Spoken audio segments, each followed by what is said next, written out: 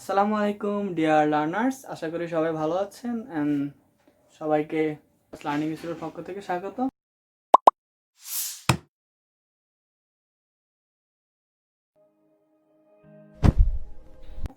So এর আগে আমি অর্থানুসারে সেন্টেন্স 5 প্রকার এগুলা নিয়ে আলোচনা করছি এন্ড কিভাবে এগুলা চেনা যায় সেগুলো আমরা বলে দিচ্ছি আগের ভিডিওতে। সো এই ভিডিওতে আমরা যেটা দেখাবো সেটা হচ্ছে গঠনভেদে সেন্টেন্স 3 প্রকার। সো গঠনভেদে সেন্টেন্স 3 প্রকার এন্ড এগুলো সিম্পল, কমপ্লেক্স, কম্পাউন্ড। তো সেন্জিক সেন্টেন্সের ক্ষেত্রে এই তিনটা বাক্য খুবই গুরুত্বপূর্ণ। তো আমরা যখন সেন্জিক সেন্টেন্স করতে যাই তখন কি হয়, এই তিনটা সেন্টেন্সকে চেঞ্জ করতে হয়, পরিবর্তন করতে হয়। তখন আমরা আসলেই একদম সেন্টেন্সগুলো চিনতে আমাদের অসুবিধা হয় যে এই বাক্যটি আসলে কি সিম্পলে আছে না কমপ্লেক্সে আছে না কম্পাউন্ডে আছে, এটা বুঝে একটু মুশকিল।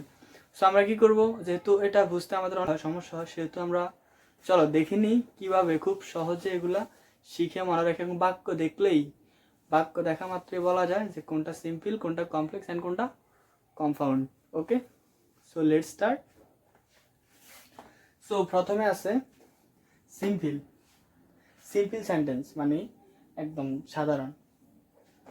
তো a sentence which has only one subject, one finite verb and one clause is called simple sentence. So এটি হচ্ছে এমন একটি সিম্পল হচ্ছে এমন একটি সেন্টেন্স যেটার মধ্যে একটি মাত্র সাবজেক্ট, ওয়ান ফিনিট ভার্ব, একটি মাত্র finite verb and one clause, একটি মাত্র ক্লোজ থাকে।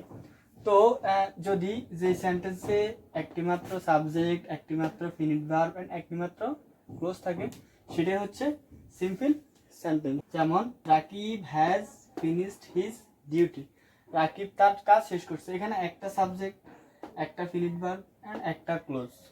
ওকে, দেন বাংলাদেশ এক্সপোর্টস গার্মেন্টস, বাংলাদেশ গার্মেন্টসে কি করে, এক্সপোর্টস করে, রপ্তানি করে। সো বাংলাদেশ এক্সপোর্টস গার্মেন্টস, এখানেও একটি subject, only one subject, one finite verb, exports verb and garments. তো এটা অবজেক্ট, এটা দরকার নেই। তো এটা পুরোটা একটা ক্লোজ। তো যদি একটি যে কোনো সেন্টেন্সে যদি সেন্টেন্সে একটি মাত্র সাবজেক্ট, একটি মাত্র ফিনিট ভার্ব এন্ড একটি মাত্র ক্লোজ থাকে সেটি হচ্ছে সিম্পল সেন্টেন্স। That's clear. এখন আমরা দেখব সিম্পল সেন্টেন্সের যে বৈশিষ্ট্যগুলো লক্ষ্য করি, যে ক্যারেক্টারিস্টিক, যে বৈশিষ্ট্যগুলো যদি কোনো বাক্যে থাকে সেটাই হচ্ছে সিম্পল সেন্টেন্স। ওকে, সো বৈশিষ্ট্যগুলো হচ্ছে টু প্লাস ভার্বের প্রেজেন্ট ফর্ম। আমরা জানি টু এর পরে ভার্বের প্রেজেন্ট ফর্ম বসে, to plus to, because of, at the time of, in spite of, তারপরে being, despite of, preposition plus gerund, present participle, etc. So এগুলো হচ্ছে সিম্পল সেন্টেন্সের বৈশিষ্ট্য। এগুলো যদি কোনো বাক্যে থাকে সেটাই সিম্পল সেন্টেন্স। তো এখন আমরা দেখে আসবো কমপ্লেক্স সেন্টেন্স কাকে বলে এবং কমপ্লেক্স সেন্টেন্সের বৈশিষ্ট্যগুলো। তো complex sentence, a complex sentence is one that contains one principal clause and one or more subordinate clause or clauses.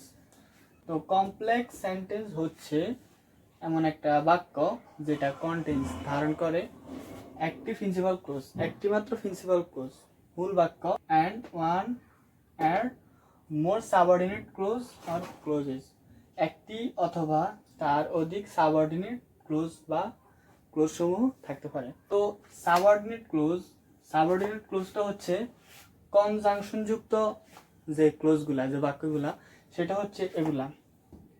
ঠিক আছে, এগুলা যদি বাক্যের প্রথমে থাকে অথবা মাঝে থাকে তো সেটা হচ্ছে সাবঅর্ডিনেট ক্লোজ।